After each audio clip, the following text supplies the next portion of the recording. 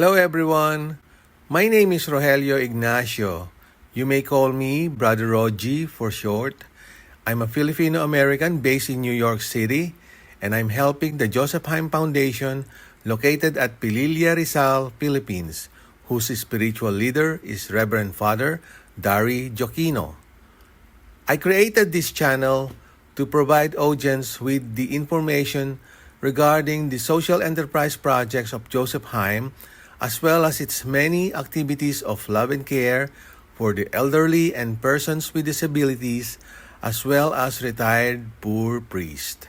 So as a starter, please watch and support or share our website video upload. Thank you and God bless. Hi, good afternoon. I'm Arlene, one of the admin assistant of Father Dari.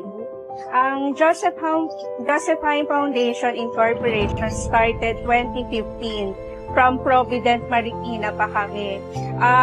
Nabago yung lugar namin simula nung nabagyo kami ng Ulysses. Na-feature din doon ng ibang mga artista, nag-interview si Miss Angel Locsin doon. Inampon kami ng St. Bridget sa Quezon City for 3 months bago kami nakalipat dito sa Pililla, Rizal. Nag-start kami 2015, pero dito sa Pililla, 3 years pa lang kami. Ayan. So, bali 8 years na si Joseph Haim. Joseph Haim means House of Joseph.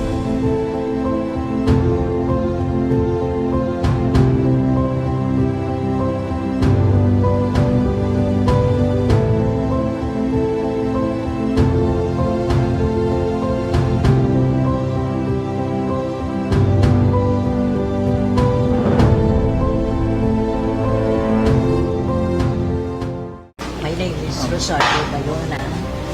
I'm 83 years old. Pinanganak po ako sa Maynila. Ako po nag-iisang anak na. Nanay ko po nag-iisang anak din po.